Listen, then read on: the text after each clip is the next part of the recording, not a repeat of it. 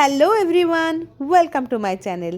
আজকে শনিবার আর আজকে এই 2:30 মতন বাজে। এখন আমাদের স্কুলে এখন টেস্ট পরীক্ষা চলছে। তো 2:30 সময় পরীক্ষা শেষ হয়ে যায়। তো শনিবার সাধারণত আমরা এতক্ষণ স্কুলে থাকি না, কিন্তু আজকে থাকতে হয়েছিল। তারপরে আমরা যাচ্ছি আমাদের এক প্রাক্তন ছাত্রের বাড়িতে। কালী পুজোর নিমন্ত্রণ আছে। আসলে কালী পুজো রাত্রিবেলাতে, আর যেহেতু শনিবার আর সবাই বাড়ি চলে যাবে, সুতরাং ও বলেছে যে দুপুরবেলাতেই চলে আসবেন ম্যাডামরা, আমি একটু অ্যারেঞ্জ করে রাখবো। তো যাই হোক না কেন, তো যখন কালী পুজো বাড়িতে যাচ্ছি তো বলে নিই আমাদের সেই ছাত্রের পরিচয়। সত্যি কথা বলতে কি, শিক্ষক শিক্ষিকারা তখন খুব নিজেদের উপর গর্ববোধ করে যখন দেখেন তাদের ছাত্রটি ভীষণভাবে প্রতিষ্ঠিত হয়েছে। তো আজকে আমরা যাচ্ছি বাপির বাড়িতে, আর বাপি সেই রকমই তাহিরপুর নেতাজি বিদ্যালয় থেকে পড়াশোনা করা এমন একজন ছাত্র যে আজকে ভীষণভাবে প্রতিষ্ঠিত।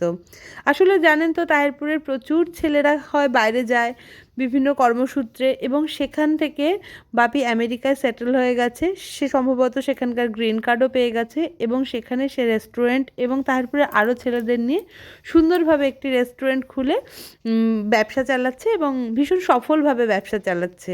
আমরা তার বাড়িতেই এসেছি। তার এই যে প্রতিষ্ঠা, তাতে আমরা খুব আনন্দিত। যদিও সে আমার ছাত্র নয়, আমি তো প্রায় তারই বয়সী। এই যে হলুদ জামা পরা ছিল না, তো যাই হোক আমরা এসেছি দুপুরবেলাতে। পুজো তখনও শুরু হয়নি, মূর্তি তখনও আসেনি, কিন্তু এই একটু দেখা করতে আসা। ও গিয়ে বলে আসছে। আর এই যে যে ছাত্রের কথা বলছিলাম, এই সেই বাপি। আর আশেপাশে যারা দেখছেন, এই যে বাপির বোন, এরাও কিন্তু আমাদেরই ছাত্রী। মানে আমি নই, আবারও বলে দিচ্ছি, আমি তো সবে মাত্র এই স্কুলে, আমার এখন আতুর ঘর চলছে। কিন্তু আমাদের মনীষা ম্যাম, আমাদের জয়দেব স্যার, আমাদের মিতালি ম্যাম, ওদিকে আমাদের নূপুর ম্যাম, তপতী ম্যাম, এনারা আছেন। এদের সবাই ছাত্র এবং ছাত্রীরা হলো এরা। তো এমন হয় না যে স্কুলের শিক্ষক শিক্ষিকারা বাড়ি আসলে ছাত্র যতই প্রতিষ্ঠিত হয়ে যাক না কেন, তার যে মনের আনন্দ এবং খুশি সেটা বলা যায় না। এবং বাপিকে দেখে সত্যি সত্যি সেটা ফিল করা যাচ্ছিল। এত প্রতিষ্ঠিত হওয়ার পরেও স্যার ম্যাডামরা গেছেন যে একটা অনুগত্যের ভাব, সেটা খুব সুন্দর ছিল। তো যাই হোক না কেন, তো আমরাও চলে গেছি সেখানে। তো বললাম তো, পুজো টুজো কিছুই হয়নি, কিন্তু তবু ওরা আমাদের জন্য একটু খাওয়া দাওয়ার ব্যবস্থা করেছিল।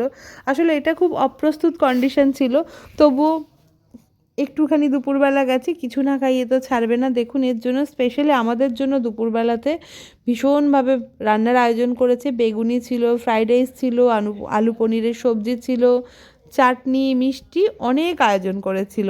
তো যাই হোক না কেন, আমরা খেতে বসে গেছি।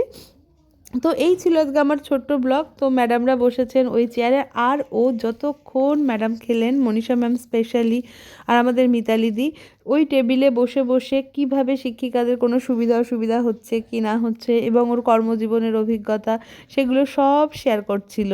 আর আমাদের ম্যাডামও খুব মন দিয়ে শুনছেন, প্রত্যেকটা কথাকে গুরুত্ব দিচ্ছেন। তো আমার দেখে ভালো লাগছিল। তো মনে হচ্ছিল আমার পড়ানো ছাত্র কবে এত বড় হয়ে যাবে। আসলে তার জন্য আমাকেও খানিকটা আরও বয়স হতে হবে, আরও বুড়ি হতে হবে। তো যাই হোক না কেন, এরকম হয়ে গেছে। আসলে জানেন তো, ছাত্ররা হলো সেই ধূপের গন্ধর মতন। সেই ধূপের গন্ধ চারিদিকে ছড়িয়ে পড়ে এবং তার সুগন্ধ মিশে যায়। তো এরকমই, আর নাম কিন্তু ধূপের হয়। তেমনি ছাত্ররা যখন চারিদিকে ছড়িয়ে সুগন্ধ ছড়ায়, তখন নাম কিন্তু শিক্ষক শিক্ষিকা এবং স্কুলেরই হয়।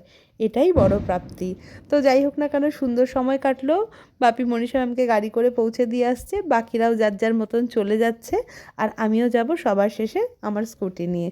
তো যাই হোক না কেন, ব্লগটা কেমন লাগলো, আমাদের এই ছাত্রকে কেমন লাগলো, আর আমাদের যারা ছাত্র আছে, আমি চাই সবাই প্রতিষ্ঠিত হোক, সবাই ভালো থাকুক, তারপর নেতাজি স্কুলের মুখ উজ্জ্বল করুক। তো আজকের ব্লগটুকু এখানেই, বাই বাই।